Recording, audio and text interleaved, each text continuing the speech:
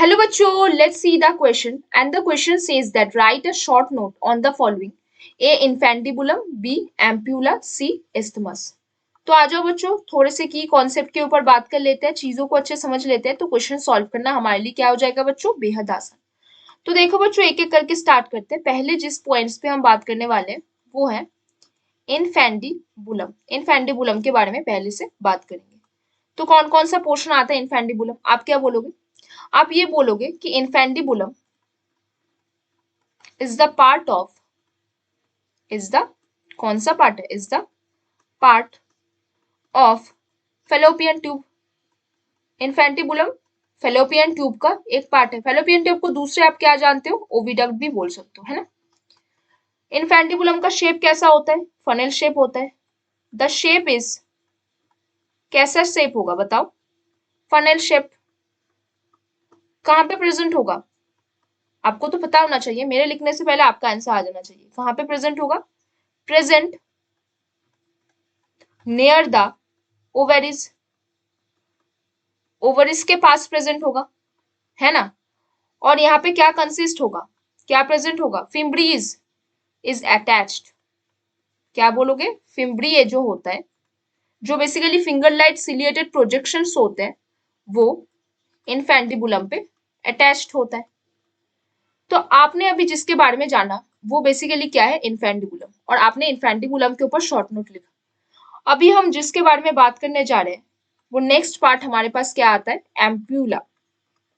तो एम्पुला के बारे में अभी हम जानेंगे। तो क्या क्या जानेंगे एम्पुला के बारे में?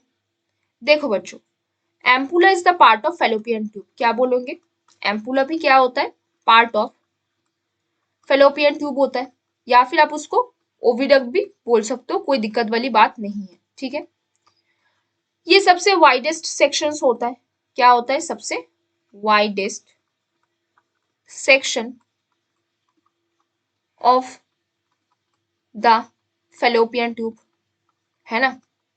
सबसे बड़ा फूला हुआ सेक्शन है। और यहाँ पे बेसिकली क्या होता है? फर्टिलाइजेशन पॉसिबल हो पाता है। फर्टिलाइजेशन, क्या लिखोगे? फर्टिलाइजेशन यूजुअली ऑकर्स हियर, है ना। तो अभी हम जिसके बारे में शॉर्ट नोट सीखे वो शॉर्ट नोट बेसिकली किसके बारे में था? एम्पुला के बारे में। अभी नेक्स्ट हम जिसके बारे में जानने वाले हैं वो है हमारे पास क्या? इस्थमस। अभी हम इस्थमस के बारे में अपना पॉइंट ऑफ व्यू या फिर जो शॉर्ट नोट होता है वो लिखने वाले। तो पहला पॉइंट हम क्या लिखेंगे? इस्थमस भी क्या होता है? पार्ट ऑफ फेलोपियन ट्यूब होता है। क्या होता है? Part of fallopian tube. और एक बात मैंने आपको सिखा दी है। क्या सिखाई है? फेलोपियन ट्यूब को आप क्या बोल सकते हो? ओविडक्ट बोल सकते हो। काफी आसान है, आप बोल लोगे। नेक्स्ट देखो, क्या बोल सकते हो? ये सबसे नैरो पोर्शन है। क्या है? नैरो सेक्शन हेयर, काफी ज्यादा नैरो होता है। और ये क्या होता है? नियर टू द यूटेरस होता है। क्या होता है? आप ये लिखोगे near to the uterus. Uterus के साथ अटैच्ड होता है ना। ये क्या करता है? एम्पुला को यूटेराइन कैविटी से कनेक्ट करता है। और क्या लिखोगे? कनेक्टेड, कनेक्टिंग द एम्प्यूला किसके साथ? To the uterus. और आप ये भी बोल सकते हो यूटेराइन कैविटी से इसको कनेक्ट करने में हेल्प करेगा, है ना बच्चों। तो बच्चों, यहाँ पे हमने किसके बारे में देखा?